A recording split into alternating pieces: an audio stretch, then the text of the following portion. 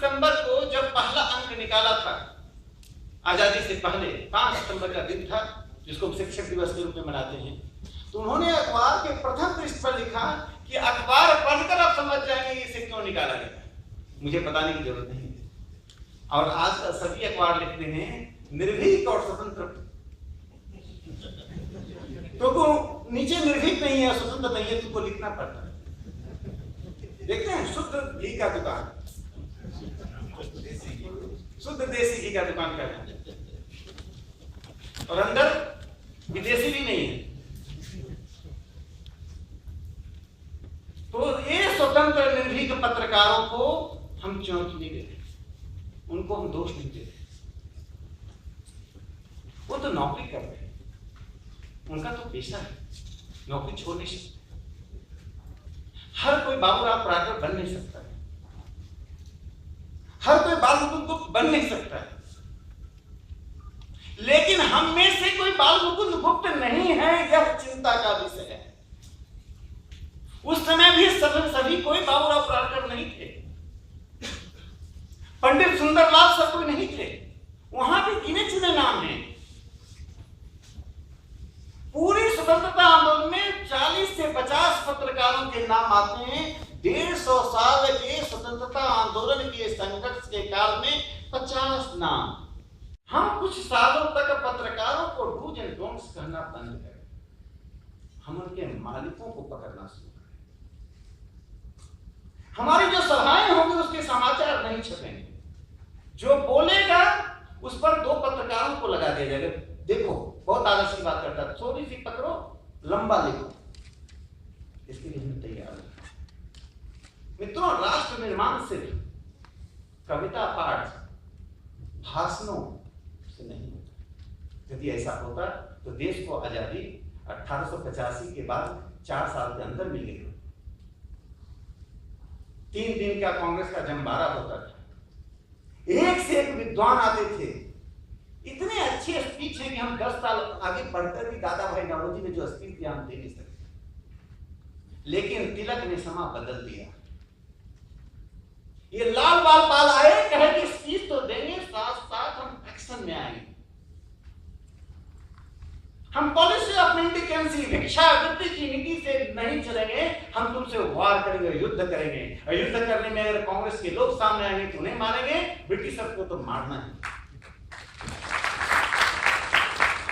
केसरी में एक लेख के कारण तिलक को कारावास की सजा हो गई। आधी जिंदगी उसने कारावास में बिता दी सिर्फ केसरी में लिखने के कारण।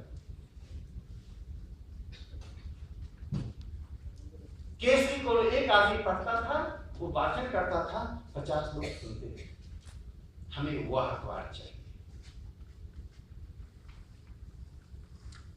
पूरी एडिटोरियल बोर्ड यह चिंता कर रही है कि हम कैसे विज्ञापन लाएं। तुम किस मंत्री से बात करोगे, तुम किस अफसर से बात करोगे, तुम कितना विज्ञापन लाओगे। दिल्ली का एक अखबार है जो अपने पत्रकारों को बहुत कम वेतन देता है, कहता बाकी तुम कमा लो। और जब वो ज्यादा कमाने लगे तो मालिक ने कहा कि कितना कमा, कुछ यहाँ भेजो, मेरे निकाल दीजिए। उस अखबार में स्टिंगर बनने के लिए भी लोग परेशान करते हैं। जो कुछ भी लिख सकता है, किसी के बारे में कुछ भी लिख सकता है। ज्यादा लिखा तो फिर मालिक कमीशन देगा, कम लिखा तो मालिक उसकी नौकरी छोड़ देगा, उसका वेतन। तो उस स्थिति से तो हमें बाहर आना पड़ेगा। मित्रों, ये स्थिति से भारत की ही नहीं है। अभी चुनाव हो रहा था और चुनाव में नरेंद्र मोदी का विरोध करने के लिए मैं कहता हूं नरेंद्र मोदी से 100% असहमति हो सकती है और होना चाहिए। भगवान राम से भी असहमति रखने वाला एक व्यक्ति था। इस हिंदुस्तान की सभ्यता के इतिहास का सबसे बड़ा नायक भी असहमति से मुक्त नहीं था। जो लोग असहमति के खिलाफ असहमति जताते हैं वो लोकतांत्रिक हो ही नहीं सकते। घोर निंदनीय असहमति रखने वाले व्यक्ति को भी हम स्वीकार करते हैं इस हिंदुस्तान में। इसलिए हम सब जानते हैं कि नाग पंचमी की पूजा इस देश में सिर्फ इसलिए होती है कि एक्सपीरियंस की भी हम पूजा करते हैं। जो हमारे जान के लिए खतरा है उसे भी एक दिन कहते हैं तुम्हारे साथ भी हम सद्भाव रखना चाहते हैं। एक मिनट चलिए बात कीजिए, या तो मैं स्पीच दे दूं आप आगे कीजिए। इस विक्रम तोड़ दिया था इस असहमति में मैं कहा उनके प्रति 100% असहमति हो, उनके व्यक्तिगत जीवन को उभारने वाले से भी मुझे तकलीफ नहीं है, लेकिन जो उस व्यक्ति संवाद नहीं करता है, संवाद को रोकता है, खाई पैदा करता है, ऐसी पत्रकारों का जो जमात है उस जमात को पहचानने की जरूरत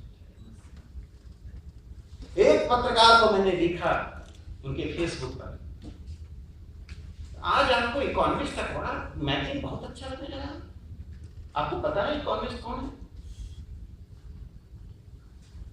मैंने जनसत्ता के संपादक को लिखा उनके फेसबुक पर कि आप जो अभियान चला रहे हैं उस अभियान के प्रति मुझे आपत्ति नहीं है। फेसबुक पर आप नरेंद्र मोदी को गालियां दे रहे हैं उस पर मुझे आपत्ति नहीं है, मैं उन गालियों के प्रति सहमति जारी करने के तैयार हूं।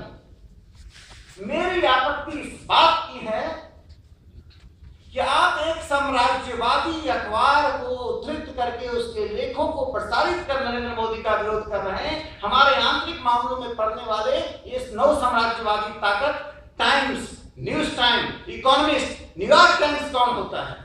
हमने अमेरिका के चुनाव में दखल नहीं दिया, हमने ब्रिटेन के थैचर के चुनाव में दखल नहीं दिया। क्या अधिकार बनता है न्यूयॉर्क टाइम्स के 90 मेंबर्स एडिटोरियल बोर्ड को कि चुनाव के पहले यह फतवा जारी करे कि भारत के वोटर नरेंद्र मोदी को वोट नहीं दे, क्योंकि फांसीबाजी है, यदि आप वोट देते हैं तो पश्चिम और भारत के रिश्ते बिगड़े। उन्होंने 19 मेंबर सदस्यीय एडिटोरियल बोर्ड को भारत औकात दिखा दिया।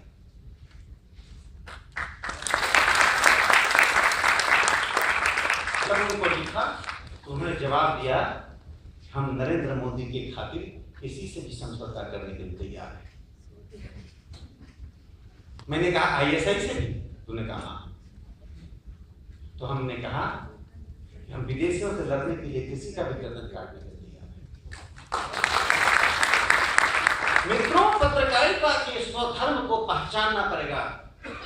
साइन बोर्ड कितने बड़े हैं यह महत्वपूर्ण नहीं है, साइन बोर्ड के नाम के पीछे अक्षर और अक्षर के पीछे जो तत्व क्या है उसे पहचानना है। और यह आम आदमी जब आलस्य में चला जाता है, रोजी रोटी कमाने के नाम पर वो पराश्रित हो जाता है। अरे मुझे क्या लेना, मैं तो पढ़ लिया, इतना कौन करता है? तो फिर आप अपनी बौद्धिक गुलामी के लिए तैयार है। शारीरिक गुलामी से पहले बौद्धिक गुलामी होती है। यह भारत की बात नहीं है, एक बीमारी आई कहां से? 1992 में इंग्लैंड में चुनाव हो रहा था। वहां एक मुर्डॉक नाम के व्यापारी हैं, वो ऑस्ट्रेलिया, अमेरिका, इंग्लैंड सब जगह जाकर अखबार खरीदना, अखबारों से सत्ता को प्रभावित करना, अपने बिजनेस को बढ़ाना, वो खेल खेलते हैं। उनका एक और सन है। वहां लेबर पार्टी का जो उम्मीदवार था उसका नाम इनॉक था। उसने लिखा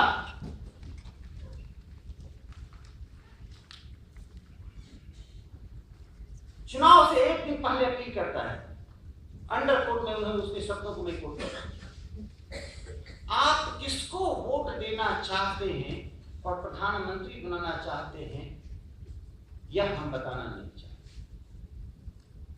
हम आपके वोट को प्रभावित करना नहीं चाहते, लेकिन यदि वह व्यक्ति जिसके सर में